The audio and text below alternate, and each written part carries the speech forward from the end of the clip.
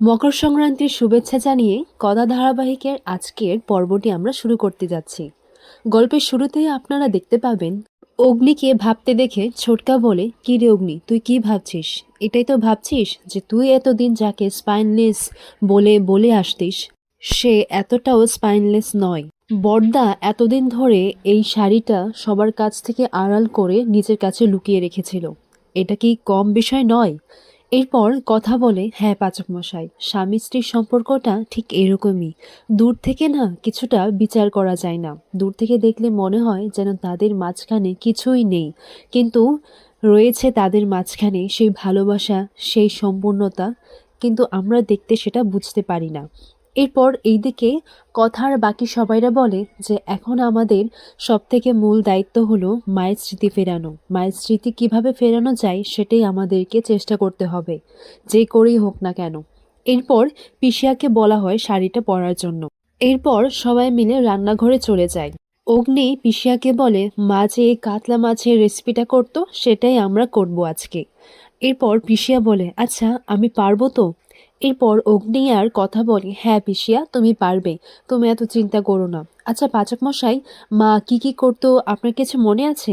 এরপর এবি বলে, হ্যাঁ, মা তো সবসময় এই রান্নাঘরেই থাকতো। যেমন এই রান্নাঘরটাই হচ্ছে মার রাজ্য, আর এখানেই মার রাজত্ব। আর মা রান্নাঘরে রান্না করতে করতে নিজের জন্য চা বানাতো, আর রান্না করতে করতেই চাটা খেতেন।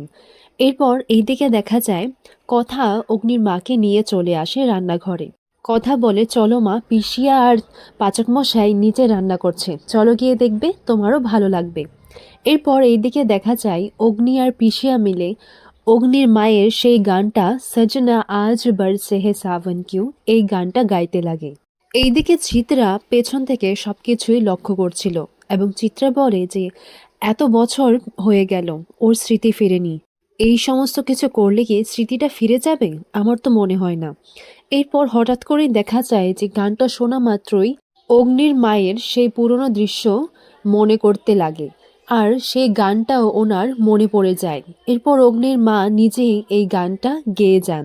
ওনার মুখে এই গানটা শুনে সবাই ভীষণ খুশি হয়, আর অগ্নিকে দেখে অগ্নির মা অগ্নিকে জড়িয়ে ধরে আর গানটা গাইতে লাগে।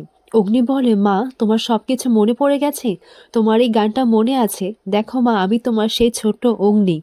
আর এইদিকে চিত্রা ভয় পেয়ে যায় যে সর্বনাশ, সঞ্চিতার সবকিছু মনে পড়ে গেছে, এবার কি হবে? এবার তো আমার সব জারি জুরি সবার সামনে এসে যাবে। এখন আমি কি করি?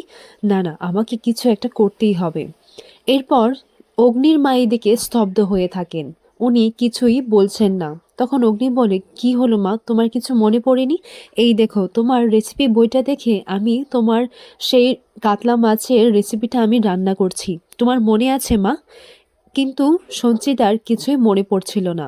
চিত্রা বলে যে যাক, তার মানে ওর কিছু মনে পড়েনি। কিন্তু না না, ওরা যদি এইভাবে ক্রমশ এই চেষ্টা করে যায় তাহলে এই ওষুধ আর এদের চেষ্টা মিলে ওর স্মৃতিটা ফিরিয়ে যাবে, আর যেটা আমি হতে দেব না।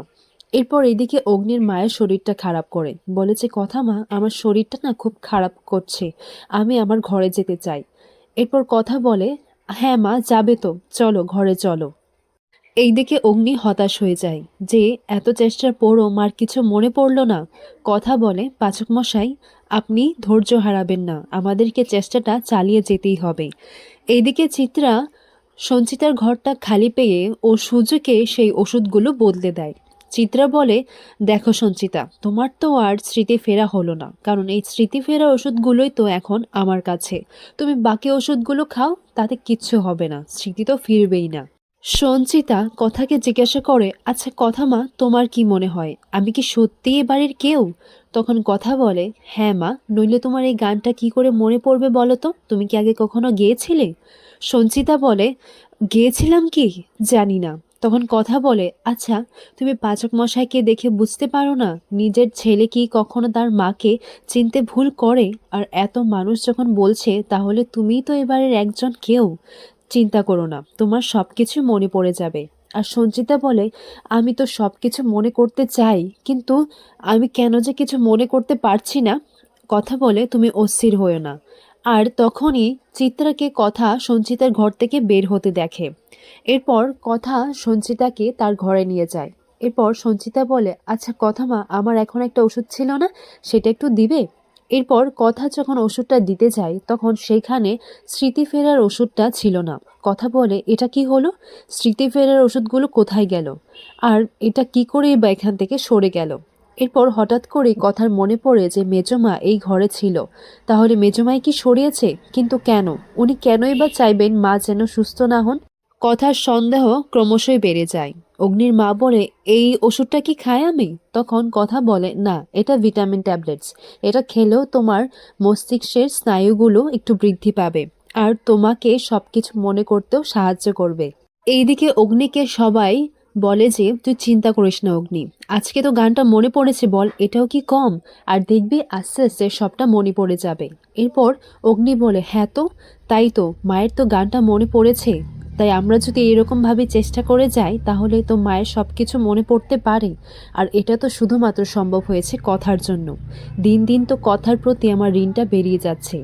অগ্নি মনে মনে বলে যে না, কথাকে আমি কখনোই যেতে দেব না। হয়তো ও চাই আমি ওকে বলি যে কথা তুই থেকে যা, আমি এটা বলবো ওকে।